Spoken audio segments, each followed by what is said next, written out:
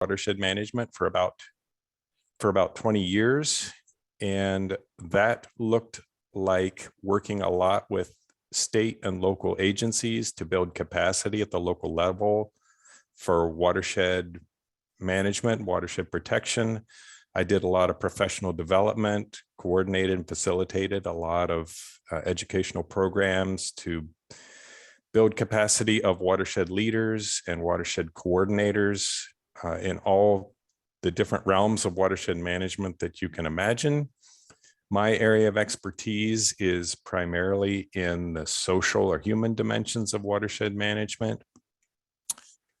And so a lot of my work has been focused on helping train other people how to use social science methodologies and also develop educational programs and how to evaluate the impact of those programs. And one of the projects that I worked on starting around 2011 was the development of social indicators for non-point source management projects. And I'll say a little bit more about that and how that all got started, but that's mostly what I'm going to be talking about today. So to really start with the broadest picture, talking about measuring watershed project outcomes, we can think of those outcomes coming in really two big buckets. The first one we can call environmental outcomes. These are the ones that most people focus on, and this is pretty much the ultimate goal for any kind of watershed project. And we can break the environmental outcomes into two other big buckets. We can think about the in-stream types of measurements where we're looking for water quality outcomes. What are the nutrient sediment loads? What are the biological indicators like, macroinvertebrate diversity or fish communities? We might look at measurements like dissolved oxygen. Anyone who's worked in this business for very long can quickly rattle off lots of different water quality in-stream habitat type indicators that we use to determine if a water body, whether it's a stream or a lake, is meeting water quality standards and water quality goals. We can also look outside the stream itself and look at the riparian area immediately adjacent to the stream, or go much beyond that, look at the entire watershed and land use within the watershed. We can look at, are we increasing runoff rates or decreasing runoff rates? Are we increasing infiltration? What kinds of land use practices are there on the ground? Are those land use practices going to sustain healthy aquatic ecosystems and good water quality? All those kinds of things. These kinds of measures are pretty familiar to folks who, whatever their capacity working on watershed related projects, are pretty familiar with. But then we have, I'm having a hard time with navigation.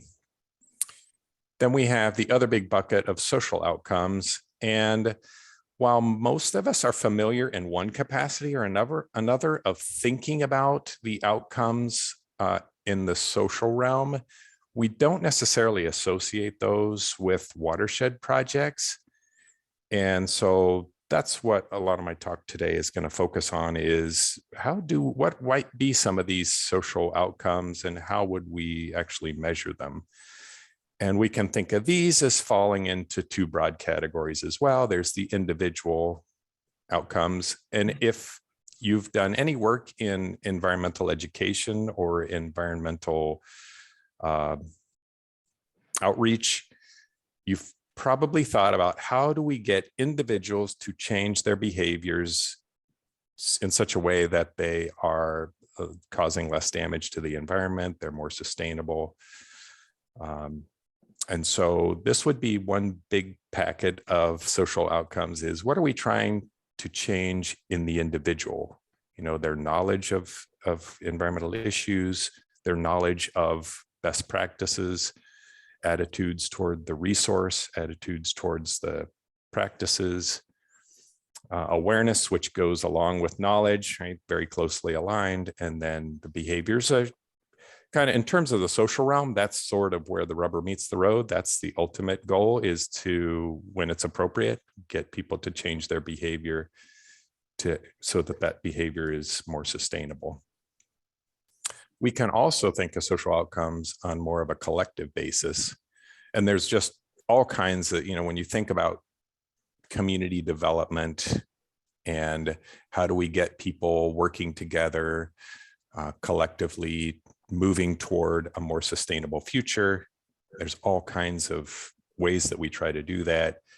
Just to name a few that we might be able to measure, is there a watershed organization? Could be one sort of way that we would look at, one kind of indicator that would suggest that a community is moving toward collective action to address water quality issues. So just the existence of an organization. And then you can look at each of those organizations and look at how effective they are, their longevity, their, what kinds of resources do they have? Do they have leadership turnover? There's all kinds of different measures that you could look at the organizational level to try to determine if, those folks who have come together and formed a watershed organization are moving effectively toward their goals. We could also look at something as simple as, is there a watershed plan for the watershed? And some of the other maybe less tangible measures would be something like trust among stakeholders. We know that one of the most commonly reported outcomes of watershed planning and the creation of watershed organizations is that the people who participate in it get to know each other and they develop higher levels of trust, which can be super important in areas, for example, where there's a lack of trust of government and where you have landowners and citizens meeting with representatives of government agencies, and they say, hey, this guy's not so bad, or this woman's not so bad. And that increases the level of trust in agencies. So those are just some quick examples of some potential, social outcomes, and kind of give you a sense of some social indicators that you might be looking at to determine if the social environment is leading toward those environmental outcomes. If the social environment is in the right condition to create and generate the environmental outcomes that we're looking for. So now I'm going to talk a little bit more specifically about the development of social indicators in a project that I was part of that really took a hard focus on those individual outcomes and created a system for being able to measure those consistently across watershed projects. And the whole project got started when the Region 5 of US EPA and out of Chicago, they spend, as do all the other regions of the EPA, spend a lot of money every year that comes from Section 319 of the Clean Water Act to address non-point sources of pollution.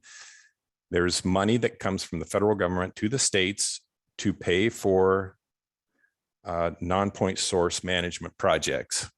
Excuse me, I'm going to close my door here so that get a little more privacy. So US EPA funds non-point source projects every year. And what they recognized was that, well, some of their projects where they're making direct impact on the stream or on the resource, let's say a stream restoration project, that's the outcomes of those kinds of projects are fairly easy to measure in terms of, taking water quality samples, looking at the biological populations.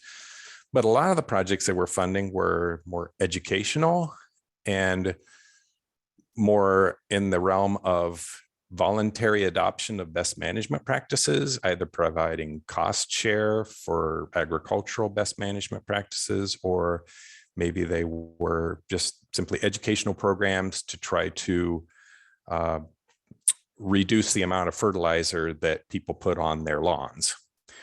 And what they found was they were having a hard time determining whether those projects were effective or not.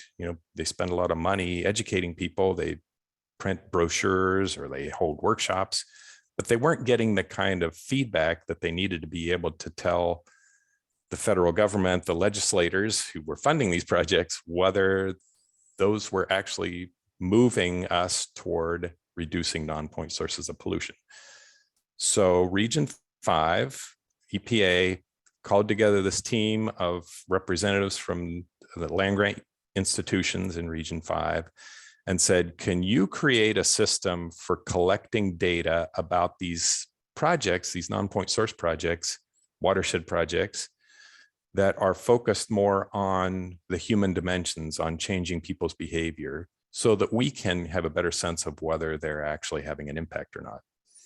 So I was the representative from Ohio, and Ken Jensko from University of Wisconsin was the lead PI, along with Linda Prokopi at Purdue University. And all the universities in Region 5 EPA were represented and formed this team to develop these social indicators. And so pretty much what I'm talking about from now on comes out of that initiative that started around 2009. And then this manual that you're looking at here, the cover of this manual, was published in 2011. So the social indicators have been out there publicly for about 10 years now. The thinking behind the social indicators is pretty much what I've just already been talking about. You have these watershed program activities over here on the left. That is things like educational programs, field days, workshops, where you're trying to change people's knowledge, awareness, attitudes, and eventually their behaviors to improve water quality. So it's based on this notion that, oops, I keep doing that. This idea that there are certain factors that influence a person's behavior in the environment. For example, their choice to either adopt or not adopt a best management practice.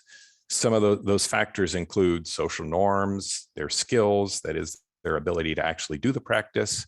What are the constraints? Maybe financial constraints, or I guess that would be a common one. Their values, their knowledge, awareness, their capacity, all those kinds of factors, the research evidence has suggested are factors that influence a person's decision about whether or not to adopt a particular behavior or a practice. And so if we can influence those factors in a positive way so that that individual kind of get them over the hump so that they actually adopt the practice or do the behavior, so they're using the water quality management practice, presumably or theoretically, that's going to lead to improved water quality. So this is kind of the theoretical model for why we would be interested in measuring these sorts of social outcomes, because presumably, based on this model, if we're making progress on increasing the individual's level of knowledge, their awareness, their attitude toward the behavior, their awareness of the issue, that can move them toward in the direction of adopting the practice. So the social indicators can serve as an interim measure of progress toward the environmental indicators if we're moving those indicators in the right direction.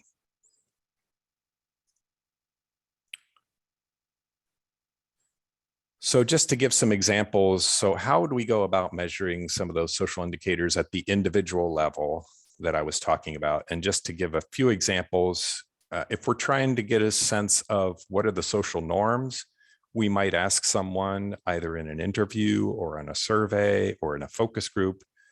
So to what extent do you think that landowners in your area value soil and water conservation?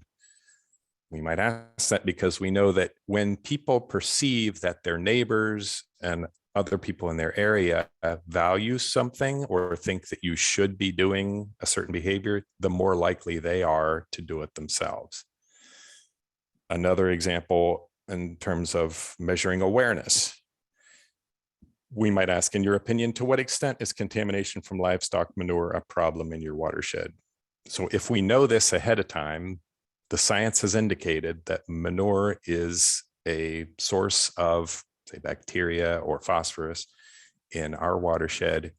You can ask this of people in the watershed to determine, do they even know that this is an issue or not? And that's important to know, because if they're not aware that it is an issue, it's going to be harder to get them to adopt a practice to address manure and to reduce the amount of manure contaminating water quality if they're not aware that that's a problem. And so you may want to start with building awareness before you start focusing on the practice, right? So some of these indicators can kind of tell you where people are along that progression and moving towards adoption of a practice or a behavior. Another really important, and if any of you have ever looked into or done any work in social marketing, you'll know that constraints is one of the, well, my computer's moving on its own now. Constraints are one of the biggest, most critical factors that we want to know in terms of whether or not we're likely to be able to move someone toward adopting a practice or a behavior. So one thing that you might look at is you might ask someone, what concerns do you have about allowing trees to grow along the stream corridor on your property? Would just be one way. So if one of your goals is to get more trees along the waterway in the riparian area, you might want to ask someone, are you concerned about that? What concerns do you have about that? So these are just some examples of the kind of questions that you might ask to try to fill in some of those blanks, going back to these factors that influence people's environmental behaviors.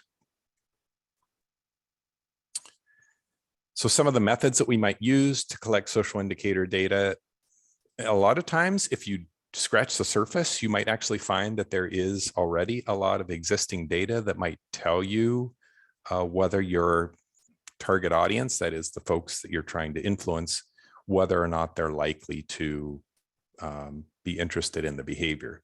So let's say, for example, in the watershed, I'm wanting to get more farmers to adopt cover crops. Well, the first thing I would probably do is go to my land conservation office and find out how many farmers or how many landowners in the watershed are participating in programs that provide cost share for cover crops. So the first thing that you always want to do when you're looking for social indicator data is to find out, do some data already exist, so that I don't have to, go through the effort to collect that data. Chances are it's not going to be as much as you need, but at least you can find out what you already have in hand, so that might be one question you can eliminate from your survey, for example. Another method would be just direct observation. You can actually go out and see what people are doing. With agricultural best practices, oftentimes a windshield survey will give you a sense for who's using cover crops, who's using no-till, how many people are using rotational grazing, for example. Focus groups and interviews are a common way of getting more in-depth if you're wanting to understand better why people are not adopting a practice or why they're not doing a particular behavior. Focus groups and interviews will get you a lot deeper information than a survey will. It's really hard to get in depth in terms of why people choose not to do something in a survey. I'm not saying you can't get some good information, but yeah, for really getting behind people's answers. And oftentimes I like to put out a survey first to get a general sense of where we are on certain metrics, and then do maybe a random sample or a selective sampling of folks to interview and say, based on the responses, we see that most people think blah, blah, blah. What are your opinions about that? So you can use the survey to give a general sense of where the population is on an issue, and then use the interview process to go a little deeper. Public meetings and listening sessions are another good way. If if a survey isn't an option for you, and it's a good way also for people to interact with each other, and for you to use that as an educational opportunity at the same time. And then surveys are probably the most common way to collect social indicator data. And really the social indicators system that we developed for EPA is really heavily reliant on surveys. And so I'm going to talk a little bit more in depth about that, but I'll take a pause now to see if anyone has any questions about what I've covered so far. Okay. So as part of the social indicators project, we developed a web interface called the Social Indicators Data Management and Analysis Tool. This is housed at Michigan State University and has been available for about as long as the project has been public. And what you can do with the SIDMA system is you create an account like anybody would. There's no prerequisites for doing that. You just request an account, and then you can utilize this tool you'll start by creating a project, and then this tool will allow you to create a survey based on a bank of questions that were created by the team that I was part of that developed the social indicator system to measure all kinds of different metrics under those, awareness, attitudes, behaviors. We have a whole set both for agricultural and rural watersheds, and then there's a whole set for urban watersheds and situations that covers urban best management practices. And there's a set of ag best management practices you can select from. So you can create your own survey by selecting the different questions and items in the questions that you want to include. So it's a really flexible tool. And then you can also, once you've created the survey, you can also use this interface to plug in your data that you get back from your surveys, and it will do some basic statistics for you. You don't have to use it for that, but it is nice that, that is one of the things that you can do with the tool. So I'm going to run through an example of some results that we got from a survey that Katie was involved in helping to develop for the Uplands Watershed group in Iowa County.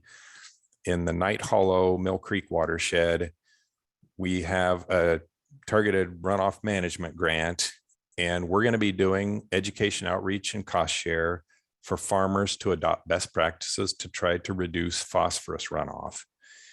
And before we engaged in those outreach and cost share activities, we thought we should have a better idea of what people's attitudes are, what their knowledge, their awareness is of the issue, what they think about the best practices that we are thinking of promoting. And so using the SIDMA system, we created a survey, did a lot of editing and a lot of back and forth about which questions to include and how to word those questions.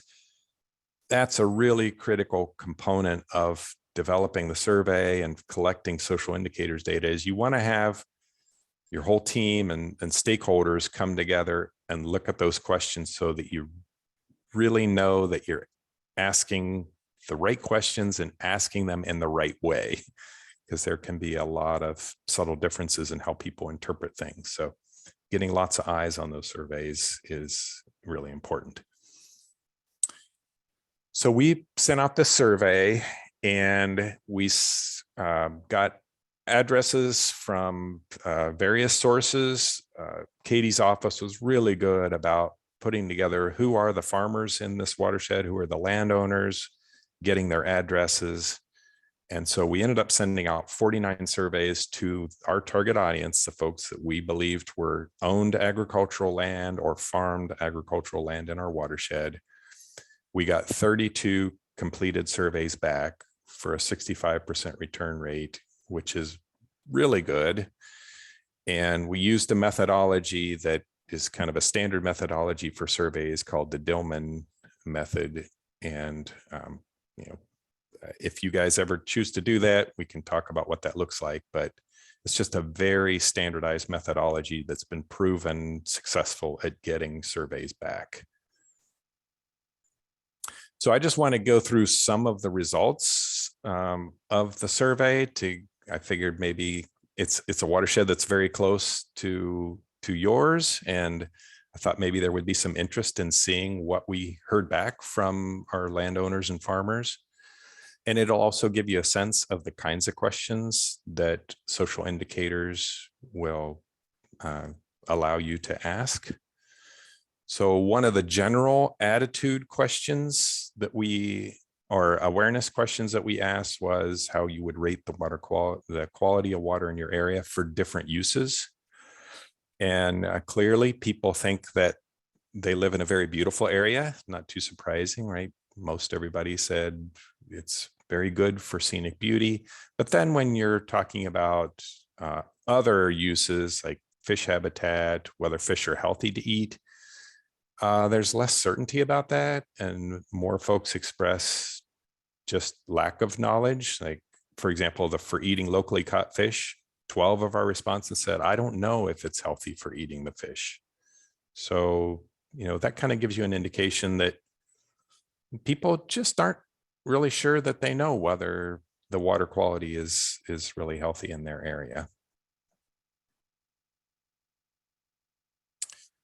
Another question we asked was, we gave them a long list of pollutants. These aren't the only ones that were on there, but I think we maybe had like 6 or 7 pollutants that we knew either were or were not. So this was a way for us to kind of gauge people's levels of awareness and knowledge about the actual issues in the watershed, and ask them to what extent they thought these pollutants were a problem in their part of the watershed. And my numbers are a little wacky here. They should be over top of these bars, but you can kind of get a sense just from looking at the relative height of the responses that when we asked about sedimentation, about 10 folks said they don't know. I think I've got like overlapping graphs here. A few people thought it was a severe problem. And this is kind of across the board. Most folks thought that issues were either not a problem or a moderate problem. Sedimentation was the one that rated the highest in terms of people indicating that, yes, I think this is a problem. Nitrogen, a little less. They either didn't know or thought it wasn't a problem. Soil erosion from farm fields was another one that was relatively high, considered a moderate problem by probably about a third of the respondents. Soil loss from stream banks and stream channels was, rated a little lower, or people just weren't sure. So these kinds of questions give you a good sense of whether people think that they know the answer to it or not. And then if they do think they know the answer, do they consider it to be a real issue or not? Which is going to be pretty important if you're trying to promote practices to address some of these issues. Then we ask people about sources, not, is this a problem, but is this a source of pollution in your area? Excessive use of fertilizers from crop production, more in the not a problem to a slight problem. Removal of buffer vegetation, similar. Most folks were kind of in the either not a problem or a slight, or just not sure. This was another set of questions. This is where we listed the best management practices that we anticipated promoting in the watershed. So each of these items over here on the left is a possible best management practice that a landowner or farmer, someone owning ag land primarily, could utilize to try to reduce their loss of pollutants. And what we found was that most of the responses for all of these best management practices either fell into not relevant for my farm or I'm using it as much as possible. So most of the folks were telling us either, no, this just doesn't fit my farm operation, or yeah, I'm doing that and I'm doing about as much as I possibly can. But there were some responses kind of in these other areas that show some opportunity for education and promotion and possible cost share. So for example, one of the columns is I'm not using it, but I'm interested.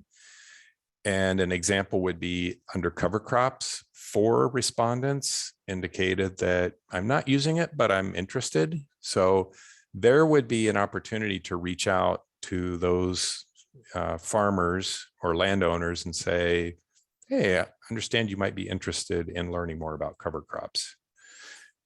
And another column that I considered to be an area, an opportunity area, would be indicating I'm using it and could expand its use.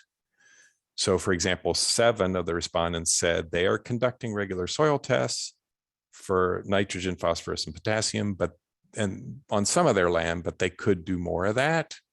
Again, I would say that's a great opportunity for finding out what are the barriers to you doing more. Is it a financial issue? What if we could help you with cost sharing on doing soil testing?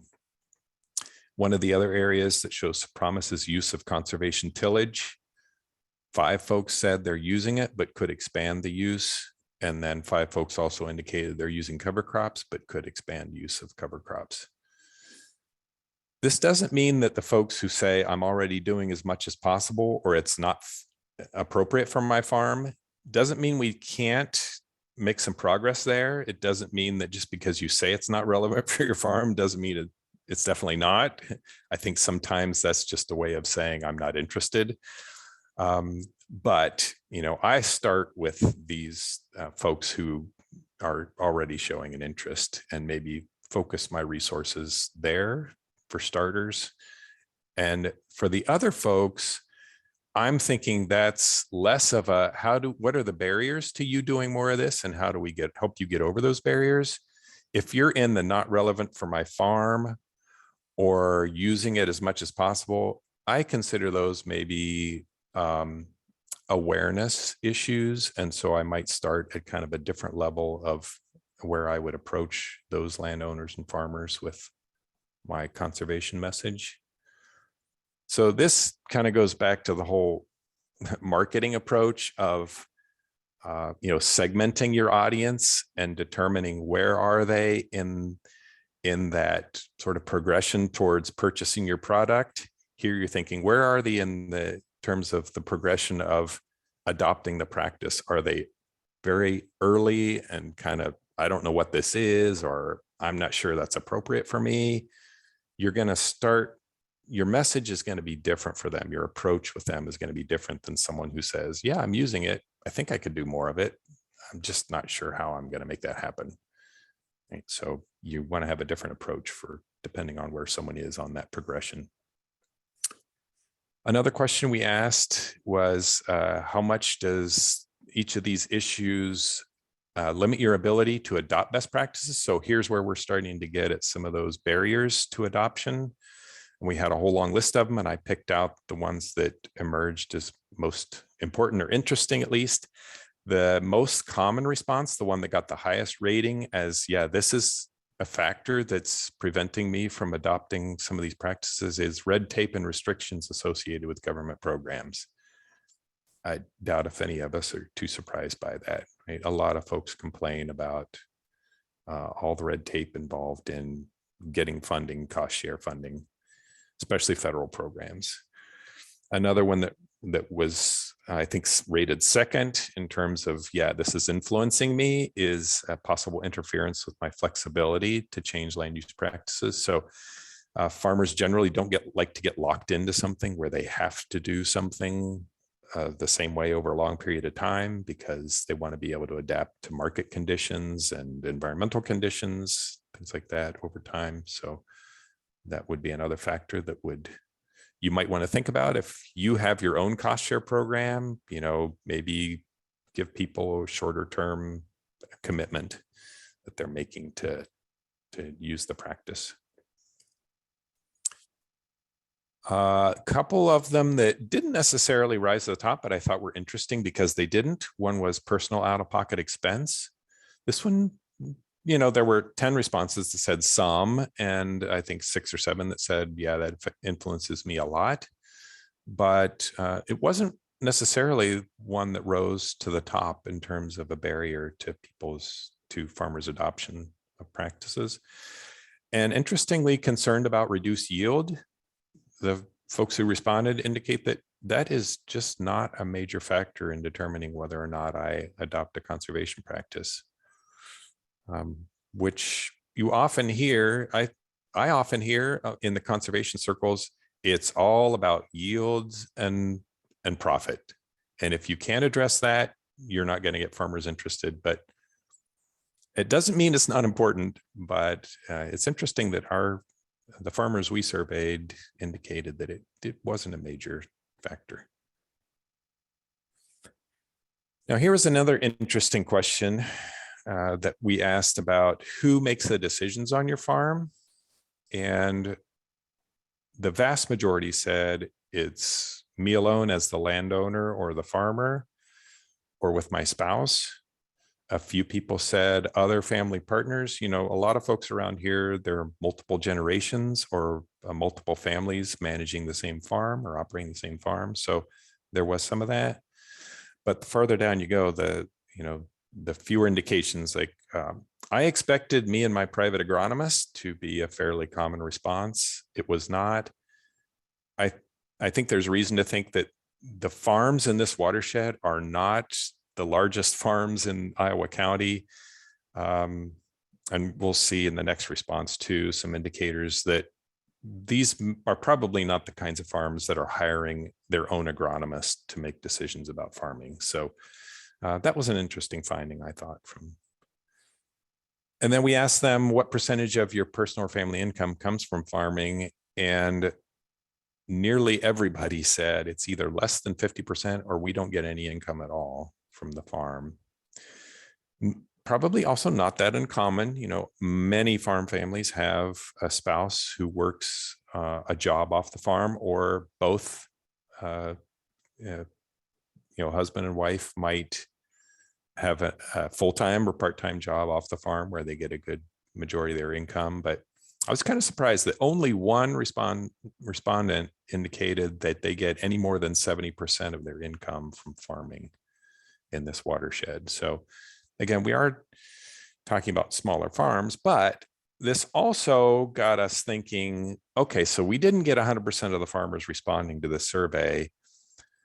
Is it the case that the other 35% that didn't respond are many of those some of the larger farms in the watershed? So maybe we didn't hear from the bigger farmers, the ones who are generating most of their income from the farm. And when we looked at the list of the respondents and non-respondents, we did find that some of the larger farms did not respond to the survey. So, that's a whole other thing that you can go into in terms of, are the respondents representative of all the farmers or, the target audience that you're surveying?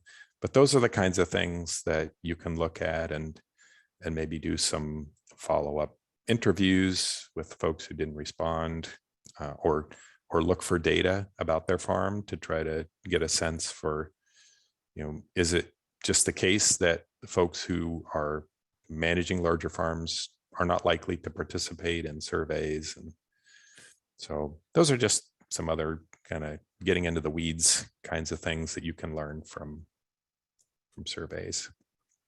So just a last thought before we get into some discussion. I was looking at the 4 priority areas that your group has identified for your project, and was thinking about how would I apply social indicators to trying to try to measure your progress on some of these issues. And some of them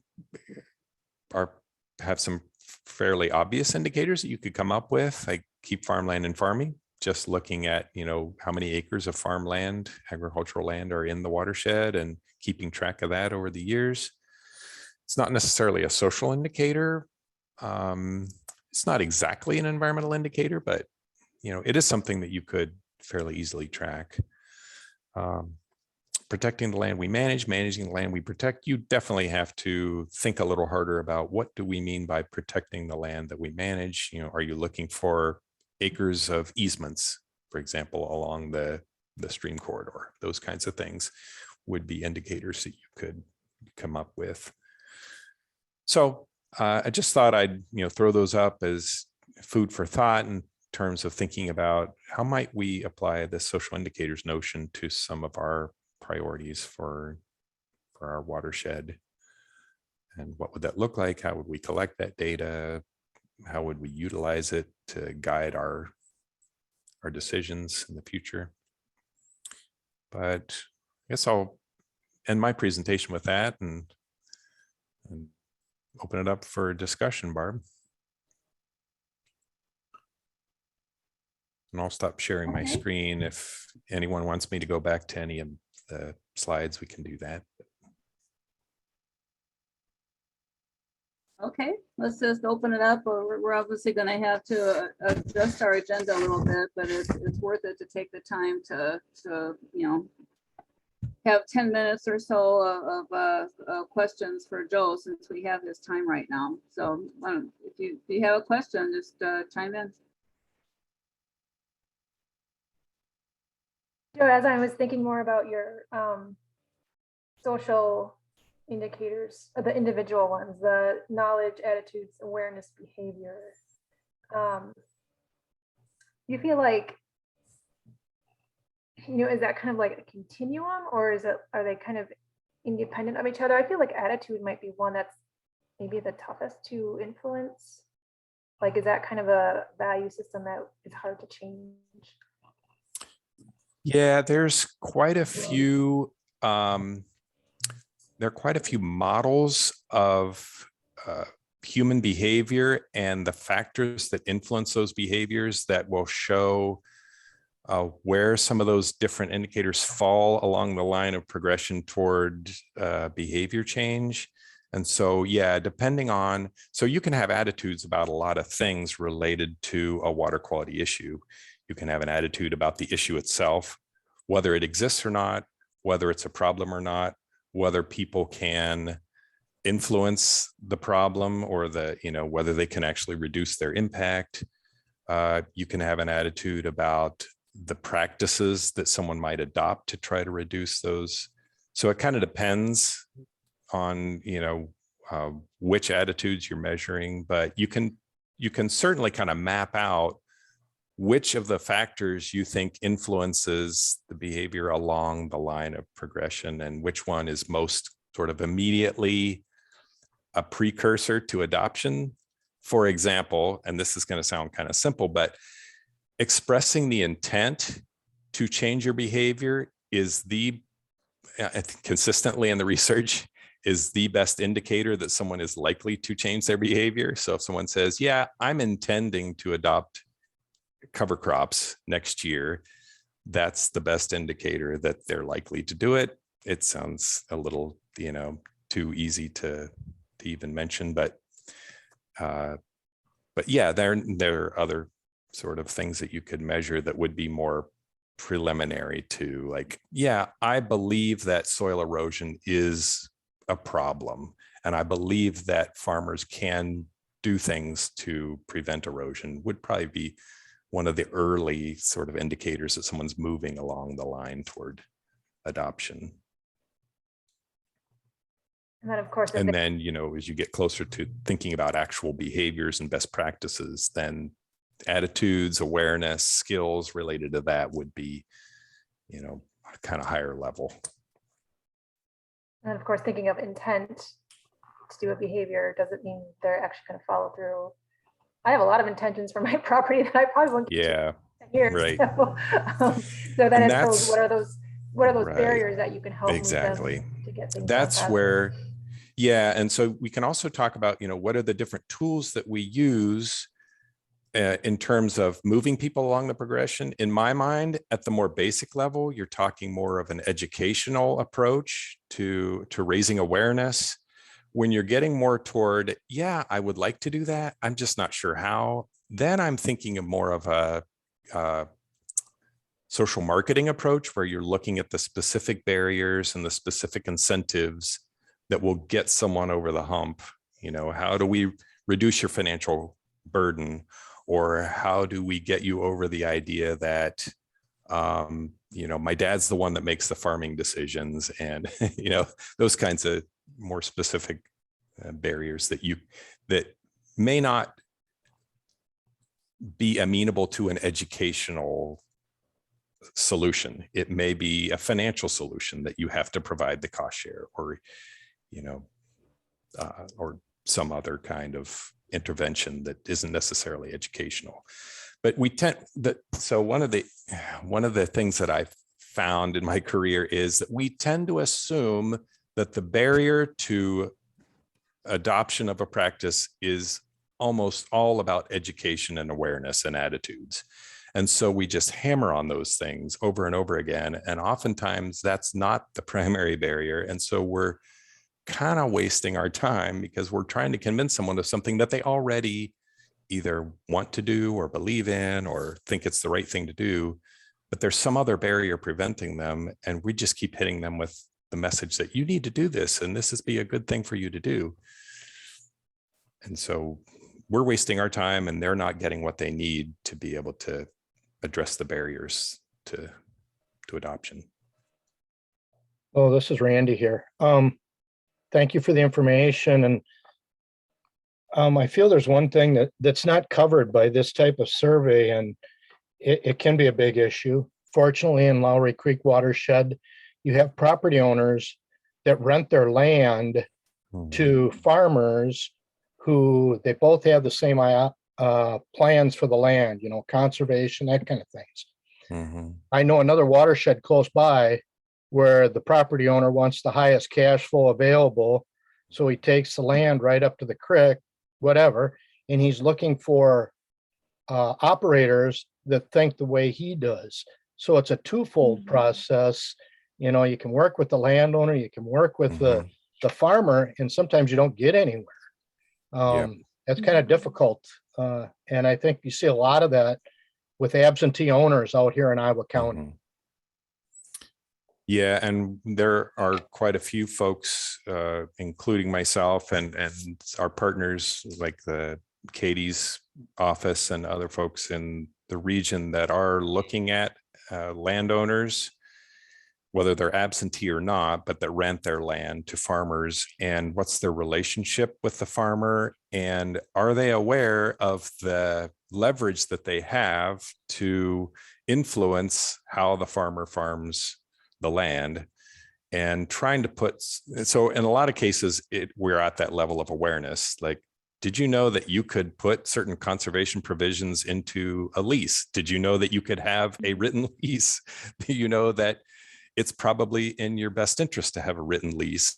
And did you know that the longer the lease, the more likely the farmer is to want to sign it, because farmers are looking for long-term arrangements and agreements? So yeah, we're starting to learn a lot very quickly, because all over the Midwest, there are some counties in the Mississippi Basin where something upwards of 50 or 60% of the farmland, and sometimes even higher than that, is rented land.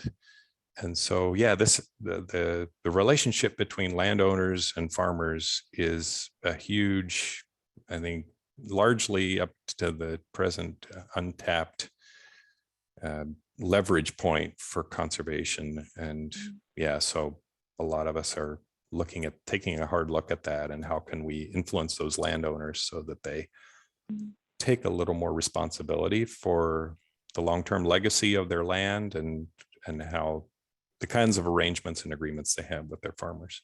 And, farmers too, if they want to do the right thing, but they feel like the landowner's not going to be interested in conservation practices because they want the highest return on, are there ways that you can talk to your landowner in a way that will convince them that conservation is in their best interest?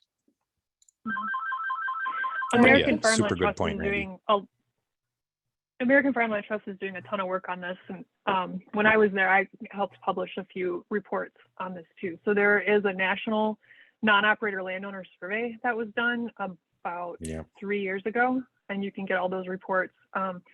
But yeah, it's huge. Actually, it's not nearly as big of a problem in Wisconsin as in other places, which is kind of shocking. But in Illinois and Iowa, more than half the land is rented. And I remember there's seeing a that county report. in Illinois that 78% of the land in some of the counties in Illinois are rented. So it's a big deal. And I think we as land trusts and people, so Randy, kind of to your point, and Mike, thinking about who owns the land, Driftless Area Land Conservancy is a non-operating farmland owner. So is Frank Lloyd Wright Foundation. And so we can be examples as well. We can share what we're doing with farmers. I have conservation provisions in one of our leases. And I'm very willing to share that lease, and let the neighbors know, hey, I'm doing it and my farmer's agreeing to do it. And, throwing your weight around a little bit. Mm-hmm. My work with non-operating landowners is they don't feel like it's their place to step in and tell their farmer how they want their land to be farmed. They feel like they are not the farmer and it's not their role. And we need to help them feel a little more confident that way. So the other role that I think land trusts can play and other groups is we have relationships with the landowners. So when we hold a conservation easement, our easements often include agricultural zones. So it's hard to get to the landowner through the farmer, because farmers, they really protect those relationships. They don't want to upset the apple cart. But to get to the farmer through the landowner, that's a different place, and that's NRCS can't do that. Not county conservation groups don't necessarily have those relationships, but land trusts do, because we have these conservation-minded landowners who have donated conservation easements, and so we have a very trusted relationship with a particular group of landowners. And so I'm really interested in testing that, testing how we can use that relationship to help landowners understand that you care enough about your land to protect it forever from development and keep it in farming. There's more you can do, and here's how you do it. It's not that hard. And I think we did try to tease out in the survey, didn't we, Joe, like who the non-operator owners were and if they were an operator? I'm trying to remember whether we did that through the survey or whether that was something that we tried to tease out in our research. I think that was more something that we tried to tease out in our research, or maybe even post. Landon's done an amazing job of and with help from Gene too, the two guys that are out there most talking to farmers, they can go through the list and tell you, oh yeah, this guy, he's mostly renting. And that's one of the things. That's kind of the next step in our analysis of the data, is looking at which of the respondents were mostly working on rented land, which ones are the larger operations, and then looking at their specific responses to see if they're significantly different, the small farmer versus the larger farmer, and that kind of thing. So I'm really excited to sort of tease out these different audiences. I think there's still some low-hanging fruit for sure. And then, I think a lot of landowners do really care about their land. And I think there's, like Jen was saying, there's a huge opportunity and need there for more. I think that is a time where that attitude is there, but we need that education for them. And, Randy, honestly, if someone just really has a terrible, terrible attitude, it doesn't care, that's probably when a little bit of regulation comes into play. And I'd be happy to chat with you all, or just one-on-one about, Iowa County doesn't have a lot of power, but there's a few things we could do on that end if it comes to that. So. Fine. Okay. Okay, well, it's 3 o'clock, so I think we'll end this portion, but thank you, Joe. I'm sure you've given us a ton of food for thought. So I think at our next meeting, we're gonna go through kind of the whole list that I sent out an hour or two ago. And as we do that, we can kind of keep everything that Joe has mentioned to us today in mind. So if there are certain things that we want to delve into more, we can, now we feel like we have tools to do that. So yeah, so there will definitely be follow-up. What shape that'll take, we'll just figure out as we go along. Yeah, and just be aware that I am available to meet with you, to facilitate meetings, to try to identify some of those key indicators to help develop, how are we going to collect this data? What data exactly are we going to collect? That's part of my role here. So will there happy be a to- final report? It seems like as you were saying, that the survey that you did in the larger watershed nearby probably wouldn't be too much different than our watershed. So just wondering, it sounds like you're still in the analysis phase of all that. Are you going to be coming up with a report? And if so, when will that be? I would say most likely, I guess Katie's probably the better person, because if we do a report, it would probably be part of our trim grant. I say our as if it's really Katie's grant, but I don't know if you were thinking that there would be some kind of sort of final report on that.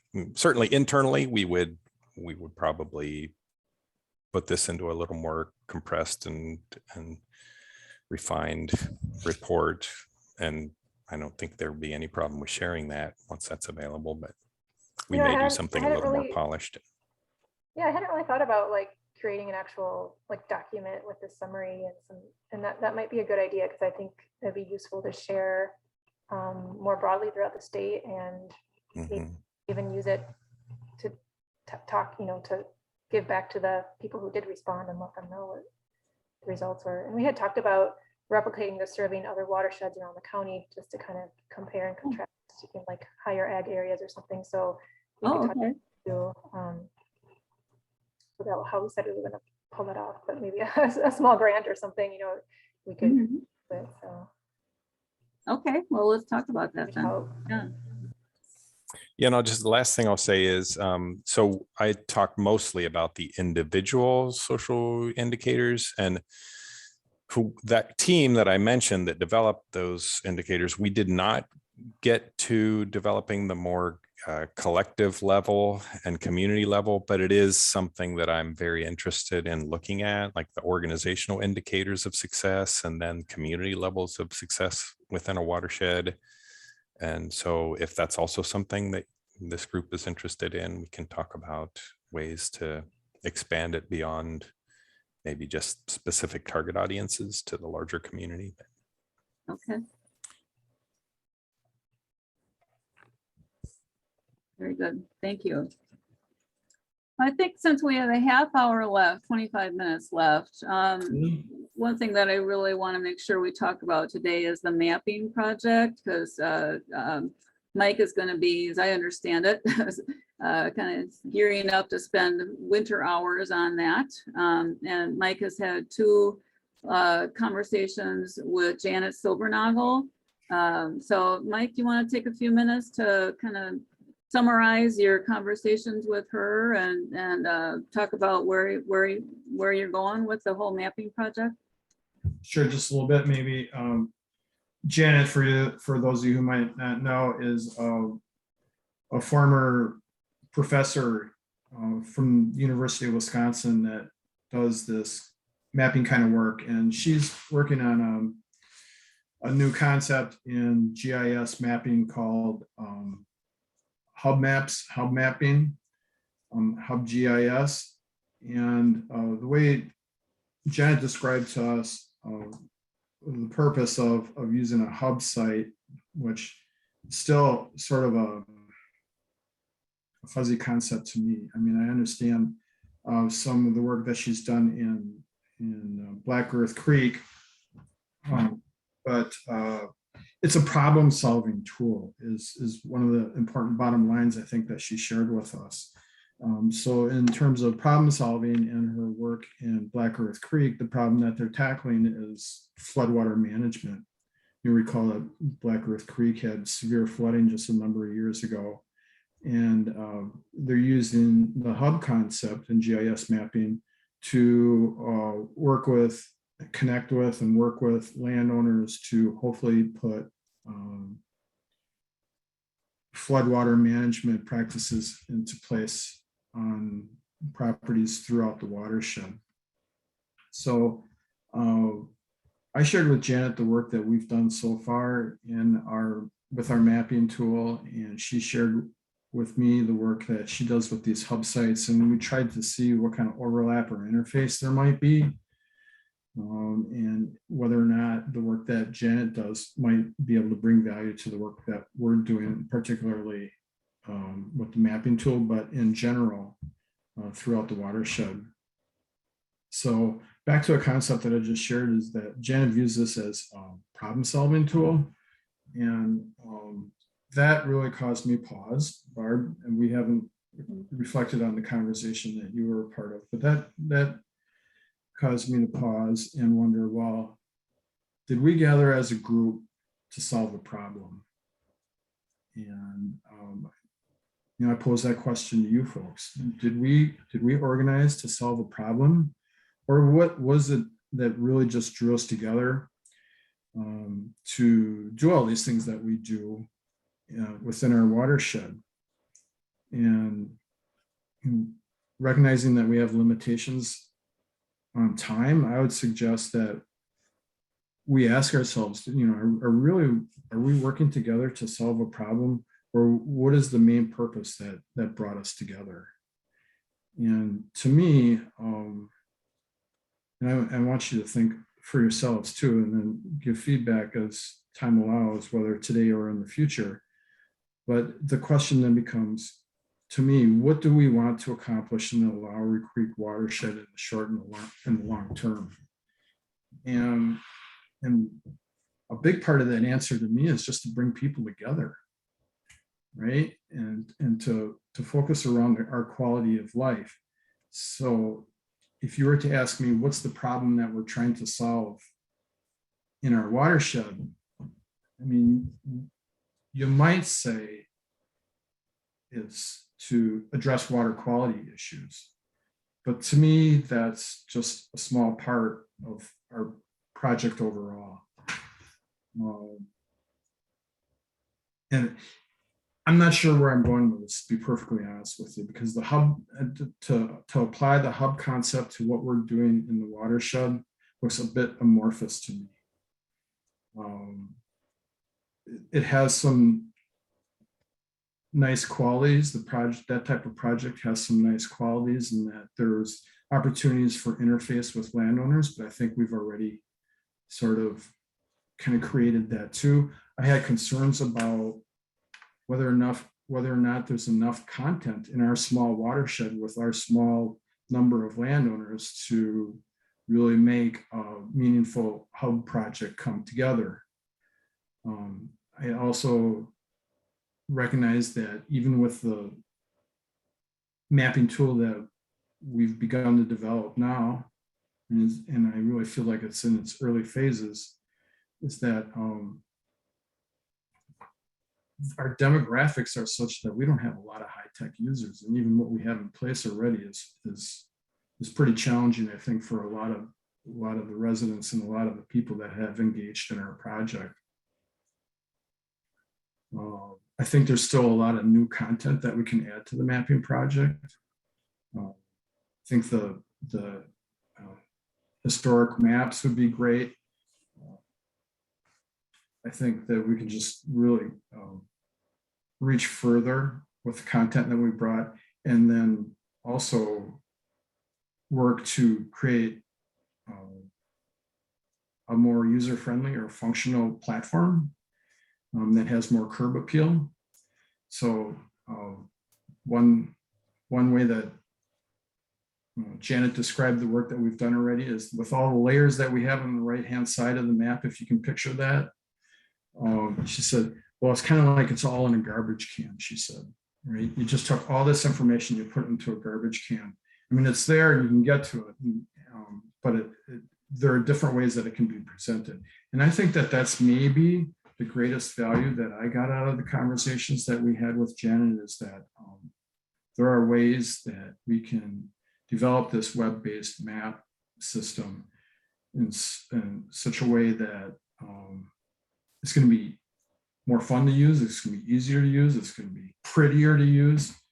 But I think we did a good job of putting a lot of information together into one place. And now I think our next iteration of this project is one where now let's see how we can take what we have, add more content. Clearly, I would like to add more content, but then develop ways that it's a more presentable tool.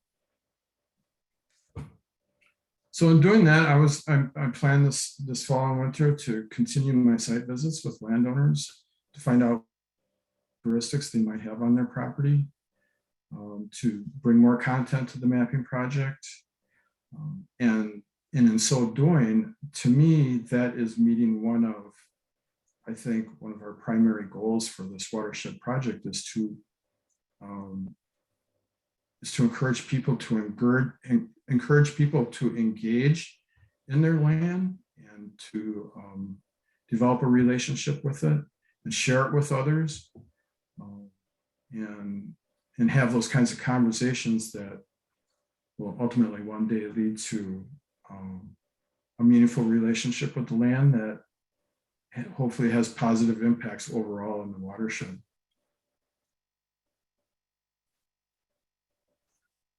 I'm not sure what more you might like to hear about it, but that's going to be my approach in fall and winter, is to meet with more people, bring more content, work with Southwest Regional Planning Commission to further develop this tool, and then explore ways how we can make the information that we would like to share in the mapping project, make it more accessible to more people and more enjoyable to use. So I think we can be happy with the work that's been done so far, but I think we got a long ways to go. But I think we have a good start. And I think the next iteration will prove to bring it along nicely. Yeah, I think, Mike, you can be a lot more positive about that map. I think it's fantastic. I think it's a really good tool. I can see though that, I can say that because I'm used to using maps and these kind of programs. And I've been trained in it through school a long time ago. So I think I wonder if we could, before we get too much further down the road, should we actually test this out on a few people, have a focus group, or try to do a webinar to see what their needs are, how they would want to use this. Do they feel like they can navigate this, or what would make it easier? Because sometimes some of those story maps and like GIS hub maps, they can be a little bit too much too. They can be too fancy, and I think some of those I don't want to lose the value of people being able to use these layers to actually help them plan what to do on their property versus like the pretty shiny story map, which is more like feel good tourism kind of stuff. And maybe I don't know if those can get the same map, or those need to be separate. I think it's great to tell some of the stories, especially some of the history and the cool things that these different farmers are doing in this watershed. But I just wonder if are those two separate things perhaps? Maybe it's like, I agree. I think there are two separate things. I think, yes, one of the purposes of the mapping tool is to give people information to help make good decisions about land management. So yeah, I think that's a really solid comment, Katie, and I agree with you in that way. I also think too, though, that some of the maps that I've seen in the examples that have been shared with me is in some of these projects, we've seen what they're calling map galleries. And it could be a number of different maps with different content. For example, an easy one might be recreation. So if we clicked on the recreation map in for the watershed, you could see what kind of recreation opportunities might be available and what that might look like. We can, tag some photos to it and that kind of thing. So that might fall into the category one of the fun types of maps. But getting back to the gallery concept, we could have this recreation concept. We could have lands that are under active management, prairie management, and that kind of thing. Then also to get to your point of using it as a tool to make good decisions about land use management. I mean, then we have slopes and soil types and things of that nature that I think could be put to work. I think maybe, developing a simple guide as people like, if they're like, I don't even know what layers I'm supposed to look at or what they need, I think there's, not sure how much of that is already on there, but like how do you even get started and what does this mean and how does that influence what decision you might want to make on your property? I also think I like the idea of having like the different tabs for like recreation, cultural, maybe separate from the land stuff, so they're not all in just one big list. I think garden is a little bit of a bad term to use. I think to me it's more like a buffet where like all the dishes are just right there. We want a dessert table separate from the appetizer table, separate from the, that maybe that's a better analogy in my head, but yeah, I think part of it too might depend on what the cost would be of getting it into that new format too. Yeah, I recall her just being that there's just too much there, and as Mike was saying, grouping things in these galleries would help a lot. My other comment would be, we're not solving specific problems, but we are trying to answer questions. And I'm wondering if we could come up with a set of questions that we would like landowners to ask themselves, and then how to use this map to answer those questions. That might be a way to kind of help us organize it a little bit. If I could make 2 points. One, in terms of the guide, we do have the Reading the Driftless booklet produced by BMAP. And if you look in there, it's just a very engaging way to think about your land. And a lot of the things that the Reading the Driftless booklet says to landowners to investigate on their land, our landowners can find that information on that map. So it's kind of like you can put the two together maybe. And then the other thought I had was, in terms of doing focus groups, or Mike, as you're talking to landowners, a really thing to ask them without even showing them the map is just say, what questions do you have about your land? You tell us, what do you want to know? And that can dovetail with Barb, just what you said. Oh, you don't know what you need to know? Well, here's some things you can ask. But you might be surprised if you just tell the landowners, like, hey, what do you want to know about your land? And see if their questions could be answered by the mapping tool. And then they're like immediately engaged in what they care about. Like it. Becker, now on Driftless staff, was pretty much the lead writer of that. I'm sure you know that, Jen. So she's given presentations before on like walking people through the book and how to use it. And that might be a really fun, workshop one day through that, and then the mapping project once we can get it together in person again. Can you just repeat that again, Katie? What would the workshop be? Cindy Becker she was the main author on the Reading the Driftless booklet handbook. That I don't know if BMAP is gonna revise that or print new ones. I'm not sure where that's at, but she's given presentations on walking people through that workbook and kind of how to use it. And we could ask her maybe to do that again.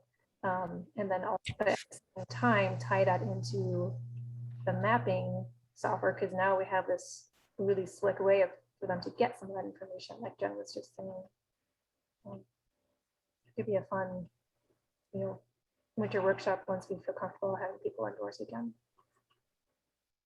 Great idea. Yeah, well, these are all good comments, and I encourage everybody to give it a little thought in their leisure time, whether it's mowing the lawn or what. But if you have ideas about what you would like to see incorporated in the mapping project, or how we might be able to make it more user friendly or any of that kind of thing, just let me know, because now it's time to do it. I'm going to taking another shot at her, and we've got time and resources to do it. So I'm looking forward to getting back at that project and to see what we might be able to come up with for its second iteration, if you will. Are you gonna be going back to Jacqueline at Sewer Pack to ask about, if she can do galleries and that kind of thing? Or do you want to go with Janet? I mean, we do have money to spend, so. Right. Not like I want to throw money out the door, but if we feel like, I mean, Janet said that she can offer these services that aren't hub site. So just what your thought is on that. That would be more along the lines of a website design, right? So yes, I'm going to go back to Jacqueline and the team over there at Southwest Regional Planning Commission, and for sure see if we can build on the layers that we've already been working on, but then explore the possibility of presenting this in another way. Do they have the capability of developing these map galleries, or are they interested in doing so? If not, I can see where Janet could bring that kind of service, but the Regional Planning Commission could continue to build out the map that we've started with. Good. Okay, do you need any more input from the whole group, Mike? Not at this point, but open door all the time. If you have any ideas, just fire them off, and be happy to incorporate them. Great. Yeah, Barb, you had sent the impact map and had talked about like maybe next time we go over some of the goals and things like that. Might be a good time to sort of have that deep question of like, why are we doing this? What are we trying to solve here? I think initially when this, it's evolved quite a bit over the years. Initially, we came together with like Sandra Shane Dubois when she was really active in it, and John Hess was at the beginning too of like, I think concern over the turnover and landowners coming up as people retire or sell their land, and what would happen to those properties, and worried about having, the view shed. mansions, the view shed. Yeah, the view shed, exactly. Yes, and view shed. So that was one of the quote unquote problems that we've actually kind of gotten away from a little bit. So yeah, it might be interesting. Yeah, I appreciate that comment, Katie, that maybe it would be worth our while just take a step back sometime when we do have the time to ask ourselves that question again. Why are we here? Why do we get together? Why is it important that we have this meeting of the minds? I feel like we spent all last spring answering that, but revisiting that on an annual basis would be good. But yeah, well, I mean, there is so much content. I mean, on one hand, I said, I don't know, do we have enough content in the watershed? No, I'm saying there is so much content. I mean, it's hard to tackle it all in an hour and a half meeting 6 times a year, right? Yeah, right. Yeah, well, we should talk about, organizing. Maybe it's time to get smaller committees together that can get more down into the weeds and get things done on certain things. So maybe write that down for our December meeting. Okay, well, we got 5 minutes left. So I was really hoping to have time to just kind of do an open table updates, because I've always found those to be just really really helpful. Can we go 5 minutes over? Can you spend 10 minutes just doing an open updates that are relevant to what this partnership is trying to do? Yeah, I think we should. Okay. Yeah. Chime in. Hi.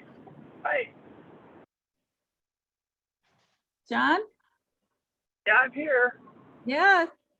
Did you want to I'm in add? my car. Oh, okay. Did you want to add something? So I'm just in a listening mode right now. Oh, okay. Okay.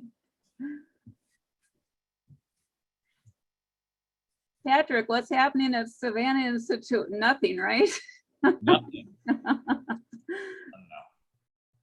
Nothing to report, I guess. Seriously? Okay. Well, there's so much. I mean, there's big changes. I mean, just the fact that Savannah Institute has come to the watershed it just has huge ramifications. You know, and I think, you know, when we get feedback from our friends at SI, I mean, they told us the big reason that they're excited about centering their operations here in the valley is because of much of the work that a lot of us landowners have already done and the commitment we've made to the landscape. So I think the fact that Savannah Institute's come in and that we're going to see some of these modifications to agricultural practices in the valley is just hugely exciting. Now we just have to figure out what we're going to do. You're like the organization that caught the car, the dog that caught the car, right? Okay. Exactly. Now we have 3 farms. What do we do? Yeah. Great. Yeah, I guess I'll make a comment and I don't have my picture, it disappeared. But anyway, I think the change that Savannah is just going to bring to the valley, the type of land and the type of farms we have here as more agroforestry and permaculture kind of things take place, whether it be, of course, was already being done with cases and grazing and things, but I think that's going to, and then having ability to get more people involved and help them to do these things. I think it's essential to have the projects move forward. And so I'm excited about what we're going to do on, I guess it's the Twin Creeks Farm. I always call it the Hoyer Farm. Now we'll call it the Twin Creeks Farm because I got 2 of those little streams running through the farm, or we do. And so just like with the elderberries we're trying to do when we're moving the greenhouse over to the farm and going to finish the packing shed, get more people, if they are going to get involved in doing other land use things on our small acreages in our valley, it would certainly be nice. And you know, the other thing is that I always want to think, I looked at that survey and on the list on the right-hand side, you know, it said we're already doing that. Well, you know what, we're already doing, like, I think we got the most extreme soil building program that anybody's ever put in place, but could we be doing more? Is there something we're missing? And all those little aspects. I think that little Mike's being involved with planting that habitat along the edge of the streams along Taliesin, and that'll be kind of nice. I'm assuming, Mike, it's going to be absolutely gorgeous with flowers and beauty, and the geese aren't going to eat it all. Is that the plan? It's going to be perfect here, I promise. Okay. So you're going to plant that shortly? Is that the plan? Yeah, maybe more closer toward the end of the month. I mean, one of our goals is going to be get the seed on the ground and have the snow come the next day. So it's going to be sort of split second timing, but that's what we're going to try to do. Was that worked well enough? Did the tillage do what you wanted it to do? I haven't seen the tillage since I've done it. I caught up with Todd yesterday, but I haven't seen the product. Yeah, I haven't either. So Can I get back to you on that, Gary? yeah. Yeah, good. Thank you. And I really appreciate the coordination that you've offered to make this work thus far. I appreciate it very much. Not a problem, because we'll be back over there when they get the rest of the corn harvested and do that tillage and plant rye on that. See, we had to do it in stages because some of that's a replant. Some of that corn wasn't far enough along. It wasn't dry enough. So we are going to be going back as soon as the other corn is harvested to get the rye planted on that land. So if we have to go over it again, why, do let me know. That'll be great. Thank you so much. I'll chime in with a driftless trail update. We opened up our first segment at Nan Phase of land on October 1st and then closed it 2 weeks later because of hunting issues. But it's going to reopen again October 29. So in 2022, we're going to open up the Zimrin Trail, and then it's going to be a kind of a Taliesin focus for 2022. We're going to design the Phoebe's Point Trail in the next month or 2 and then construct it in the spring. So by the time we put in signage and whatnot, it'll be probably next fall. Hopefully we can open the Phoebe's Point Trail if all goes well. We'll put signage up along the Welsh Hills Trail, just making that existing trail part of the driftless trail. And then there's another segment between the visitor center and Tower Hill that will be hopefully a new segment of the driftless trail that will likely be multi-use because APT theater people want to ride their bikes from the theater to, in a safe way, to County 23 and then across the river. So we'll be looking at that possibility in 2022 as well. And then the other thing that's going to happen in the Lowery Creek Watershed in 2022 is a lot of conversations about routing the trail and then easements. You know, we can't start construction until easements are in place. So so those conversations will be going full tilt this next year as well, so that those trails can start to be constructed in 2023. So that's the general plan for the Driftless Trail.